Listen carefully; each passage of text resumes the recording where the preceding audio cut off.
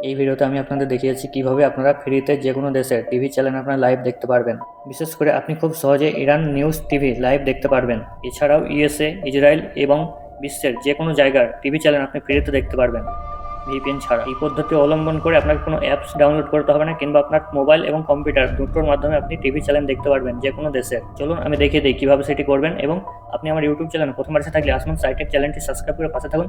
Facebook পেজে দেখলে পেজটিকে ফলো করবেন, সাথে একটি লাইক করে রাখবেন। চলুন দেখিয়ে দিই।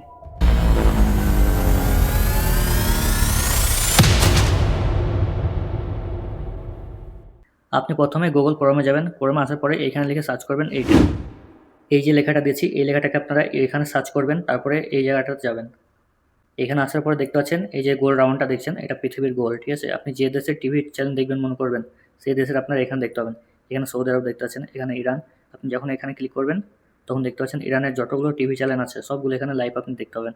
আমি এটা প্রথমেরটা দেখতে পাচ্ছেন, এটাতে ক্লিক করব। এখানে দেখতে পাচ্ছেন টিভি চ্যানেলগুলো চলতে লাগছে, সব লাইভ চলছে কিন্তু এখানে যতগুলো টিভি চ্যানেল এখানে দেখতে পাচ্ছেন ইরানের, সবগুলো কিন্তু লাইভ চলছে, ঠিক আছে। আপনারা এইভাবে দেখে নেবেন। তারপর আবার যখন ব্যাক করার ইচ্ছা হবে আপনারা ব্যাক করবেন।